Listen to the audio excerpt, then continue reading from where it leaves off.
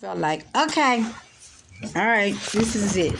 This is it. You done hit the jackpot. You done hit the red button, and I said, that's it. Have you lost your mind? Every number, every time you done been in, I done been there. Making sure you got commissary. I made sure you got both of your stimulus checks, and you decide to invest with somebody else instead of saying, okay, I'll keep one of them, so when I get out, I'll get me a ride. Nah, you want me to do it? Nah, I ain't fixing nothing. Can't fix it. Sitting up here waiting on this girl to bring this $200 necklace, but as soon as it left the store, the value went down anyway. That's like a car. Everything depreciate after a while. But I'm looking like, look. So when I was doing Mr. Call, same with every process is different. I don't do the same with everybody. So I'm reading, and he's like, that's not what it's supposed to say. You asked to listen to what do I do with the guys and what do I read to y'all. But when I'm reading, you in my ear telling me that ain't the way it's supposed to be. I didn't write the book. My coach wrote it from her point of wisdom. Like I said, the worst thing to ask the child, where you want to be when you grow up? Instead of asking, why were you born? Do you know why you were born? Why are you here? Why are you here? Do you know why you're here? Basically, finding your purpose. But you never talk to me like that. Because you don't listen. My son, honey, he worse than Mr. Phillips. Yeah. You didn't hug me enough. I'm very jealous of my nephew. I say, what? Them is personal issues. You know what I mean? Just stuff you gotta solve with yourself. You can't put that on your mom. Oh, he put everything on me. You still working here. You should have been done quick by now. Say who? Say what? You can't. I choose. You can't help like that. You know what I mean? I choose to stay because I enjoy what I do, and I'm able to interact with different personalities here and try. I can't figure you out. I birthed you. I live with you, and it's like, dude, really? You got this. That means you ain't trying to be mentally mature to face the reality. You know what I mean? But like you been, soon as you graduated, you ended up going straight to the joint. Yeah. That was your first one. No, you went to juvie because you busted all of my windows in my house. See, like I said, certain people. And I'm like, you act like I was a horrible mom. And then he was like, I should have stayed with my foster mom. Why didn't you? You want to come home. No, you want to try to make a relationship with me. Because I birthed you. Either way, that don't got nothing to do with nothing. Because at the end of the day... When we talked about repetitive behavior... Yeah, you make your own decisions. His repetitive behavior, you're looking for love in all the wrong places instead of looking at yourself. Yeah. All the problems about you don't like your nephew and all that, that's personal problem. Then you talking about, well, mom, you don't listen to me. Okay, I'll listen, but that don't mean I gotta like it. Yeah, exactly. I said, hold up. Maybe I had to go look in the mirror in the bathroom. That's why you see me go there. I'm like, wait a minute. God, the process that I'm going through, I'm introducing it to you guys because it's helping me.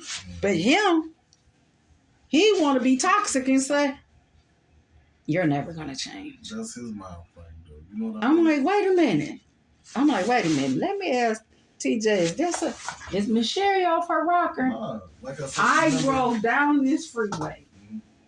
I got in my car. I was listening, meditating. He calls. My anxiety said, I'm listening. Mm-hmm. And before I know it, I snapped. And I'm like, look, but when I was at home and I was texting my coach, and I'm like, Coach, I can't do this. I love my son, but my son is not my son. That's not the son that I know. But my thing is, once people get at a certain age, especially men, which Mm-hmm. is usually around your preteen age, your rebellious stage, as they call it. Mm-hmm. Once you start getting, that's when men start getting set in their ways. You know how you got stubborn men, Mm-hmm. and you got people that's open to suggestions.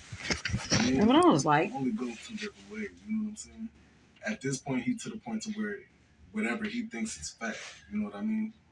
So even if it is, which obviously it is, all the wrong stuff, he thinks it's right. you not taking accountability. He has an accountability issue at this point. Yeah, he don't respect authority either. That's still with accountability because Right. he thinks that nobody can tell him wrong.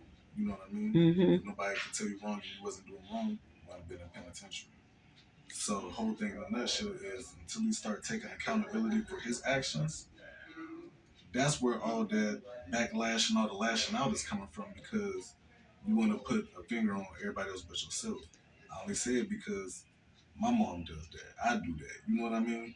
Okay, so what makes somebody, it? I mean, he came out and said the H word. Now that's the word that's the reason it made me really cry.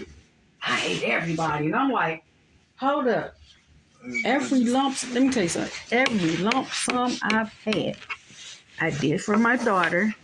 I did for my household. And you got the rest. I've never been on a vacation. I've never been on Ohio. That's why I said when she said to go to New Jersey, I'm like, what's New Jersey? I mean, I've never been. I mean, on my to do list, I'm actually going to go to Hocking Hills Cabin. I want to go to the Olentangy Caverns. Take some relaxed time. Right, but I've never done that because my whole pot, my whole cookie jar, here, home, my son, and my daughter. Okay. But that's why I said at a certain point. I can't feel him. But I'm gonna tell you that men respond better to, I ain't gonna say blunt honesty, but harsh results. You know what I'm saying? So I'm gonna just say my own parents, for example, right? Mm-hmm. Once I started going into my rebellious stage, and they found out I got to the point where they couldn't control me. Yeah. Like I said, I got one in the penitentiary, and I don't live with the other, but Mm-hmm. they still trying to act like parents. Right. But once I get to my rebellious stage and can't nobody tell me nothing, Mm-hmm. then okay, we're gonna let life teach you. You know what I'm saying? And it was silent lessons, what I'm gonna call it, because this was how men, I ain't gonna say process, but this is how they get it. You know what I mean? How life work. But because I don't understand him. Ty, I set up and did. Like I helped him buy a car. I done got videos, anything that.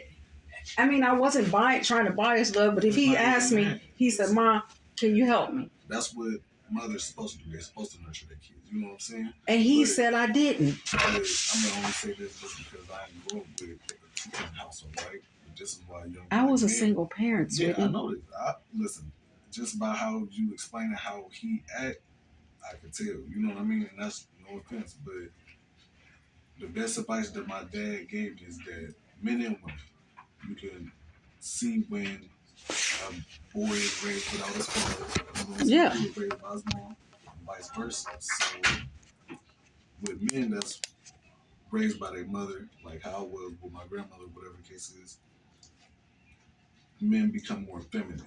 You know what I'm saying? They react off of their emotions when biologically, for us to, I guess, progress in life or whatever the case is, men gotta move more with their mind than their feelings. So it comes off as a facade for some people because, like I said, if you raised with your mom, you're gonna be emotional. You know what I mean?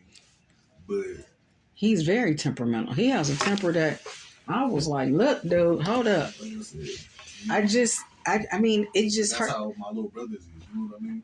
I literally drove here. I didn't think I was gonna stop. My tears just kept rolling. And I'm like, dude, you said you hate me? He emotional. every bit. And then the chick that he was with, she like, look, I can't do this no more. I'm not with this no more. He has this thought of being controlling. And I'm like, no, we're not doing that either. I'm like, hold up. Yeah. Like I said, I don't like that idea of a person, you with somebody and it's an open relationship. Where you at? How long you gonna be? When you coming back? This ain't checking the cash. Hold up. Oh. No, I was like, man, Oh, you want? Oh, like I okay. said, I'm trying to what you basically gotta do is, let him go. yeah, let him learn his own mistakes in life. You know what I'm saying? If you cut off the communication thread, that forces him to do nothing but sit there and reflect. You know what I mean? Mm. Because after, this is just my little thing that I had to, but if people cut off communication with you and you don't got nobody to call or lean back on, because like you said, the chick doing whatever she doing. You know what I mean? Yeah. But the thing was, she was there for him. This young lady works, right? Okay, I work every day. Is she gonna do stuff for him while he in prison? She was until he started flipping. Then guess what? Then he ain't gonna have nobody to fall back on. You know what I mean? Yeah. And that's what he needs, because